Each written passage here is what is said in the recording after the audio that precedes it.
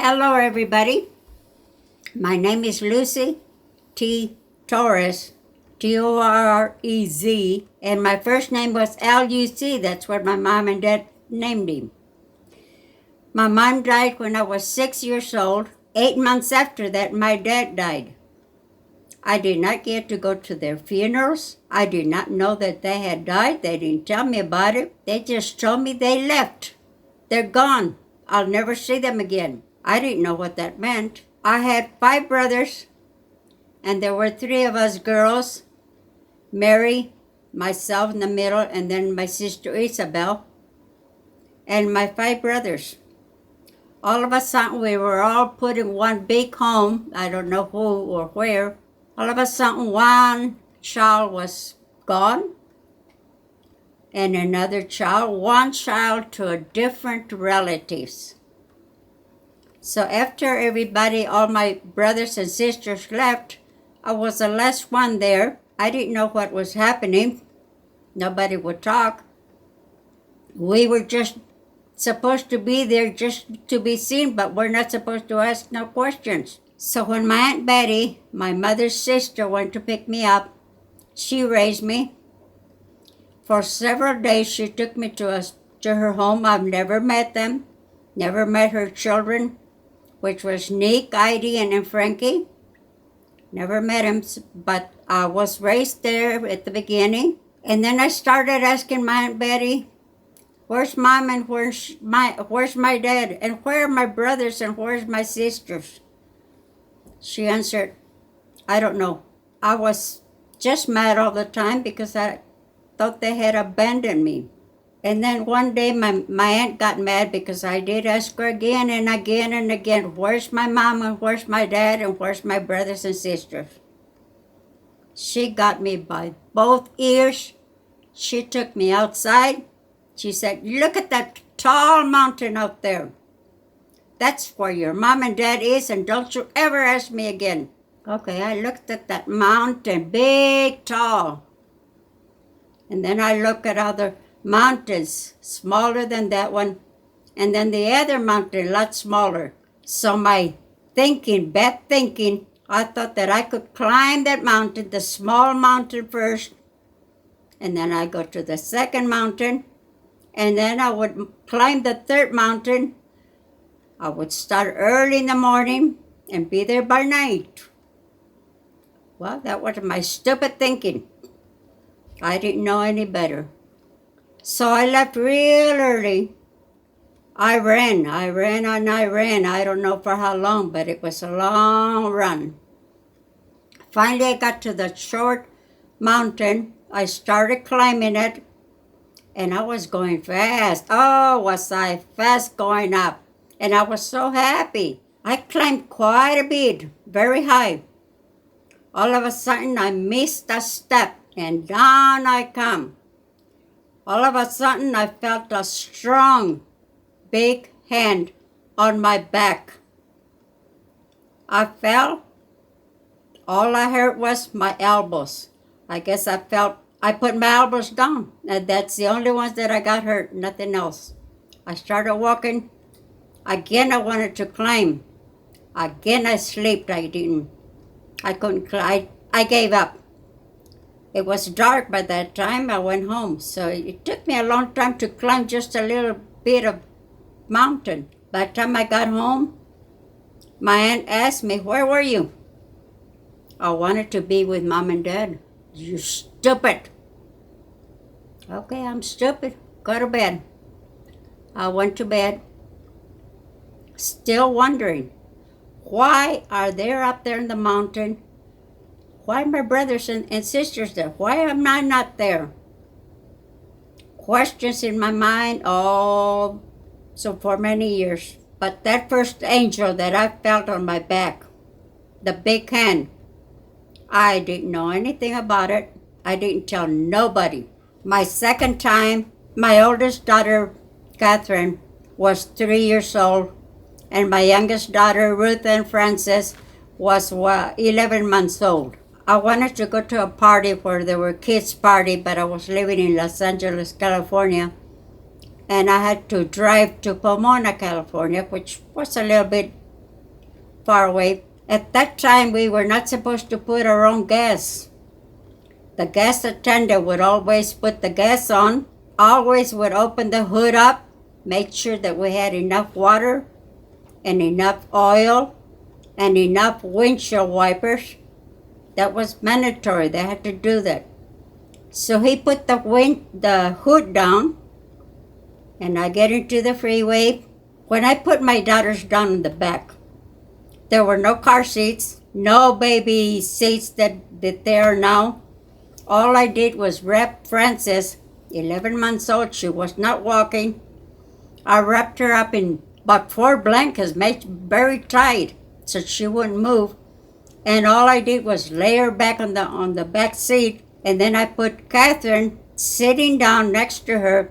I said, "You be careful. Take care of your sister." So they were both behind me. And I knew there was somebody else in front with me, but for many years I did not remember who it was. When I got to the freeway, I got the first lane. Then I got to the second lane. Then I got to the third lane. It was bumper to bumper all the way.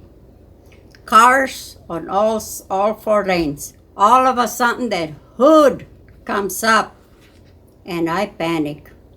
I put the brakes on so fast, I stopped immediately.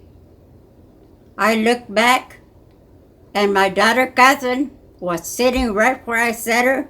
She smiled at me. I looked at my daughter Frances. She did not move. She was still in the same spot that I put her. I did not hit my head on the windshield. And the other person that was with me, she didn't get hurt. But I stopped in the middle of the freeway with bumper to bumper. Nobody hit me from behind. Nobody hit me on the side. But then as soon as I stopped, within 2-3 minutes, I noticed a big car on the pavement, way on the first lane. That big car, a big tall man came out. It was 4th of July. Who would have a big chain that they put on the tires for ice or snow? That was a big tire wrench, whatever they had. He came walking. I saw that man walking in between the cars. The cars kept going. The cars did not stop for him. He did not stop to look for the cars. He just kept walking, and the cars kept on going. And I did not see his face, but I was so worried that they were going to kill him. The cars just kept on going. He came out over to my car, put the hood down, and put the chain on. I was still panicky. I don't know. I stayed there for quite a while. Then I saw the man left. He went again. He walked slow, not in a hurry. He walked, and there were still cars coming, and he was walking, and the cars coming right beside him. He did not get hurt. Nobody hit me from behind. That was my second angel that I saw. I did not know that it was an angel then. But then when he got into his car, I didn't see the car and I didn't see nothing. It was all disappeared then. And I still couldn't go up because I got scared. I wasn't scared before, but that time I got scared. Where did that man go? Where did that car go? It took me a while to get going. I went. I told nobody about that. Nobody. My third one, I was living in Bullhead City. I had just woken up from bed. And I said, well, I'm going to clean up my bedroom. I had a chair there that I was going to take out to the living room.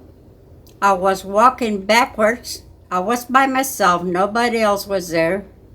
But as I was walking backwards, I heard a loud voice said, "Lucy, turn around." I put the chair down. I turned around. Nobody was there. But where I was, my head would have been, there was a big black widow and a big spider web. that's where my head would have ended up, with that spider on my head. My other angel again talked to me. It must have been the same angel, because the Bible says he gave everybody an angel when you were born. Now I know that. I didn't know that at that time. But then my other time that angel talked to me, when my daughter was living in Las Vegas, Nevada, my daughter Ruth and Frances, with her kids, I used to go see her about every 2-3 times a month to go see my grandkids and my Frances. I would always pick up hitchhikers. Believe me, I was by myself, but I picked up hitchhikers. I picked up 6 of them. And I always had the Christian music going on my car. I had a Toyota Camry. And I had Christian music. And I would tell the men that would come in, and let me have your driver's license or your ID. They would give me their ID. I kept it until I took them to Las Vegas. I says, I'm going to listen to this music, or I'm going to listen to this radio. I don't want no talk. You just tell me where you want to go, and I'll take you there. And we did that. With everybody that I picked up 7 of them. The 8th one that I was going to pick up, the voice came up strong. Said, Lucy, go. And I went right away. So that man was going to do something to me. I don't know what, but I left. So those were my angels. So I'm here to tell you that there are angels all around us. We don't know them, we don't see them, but they're there to help us when we need them. And that's my true story.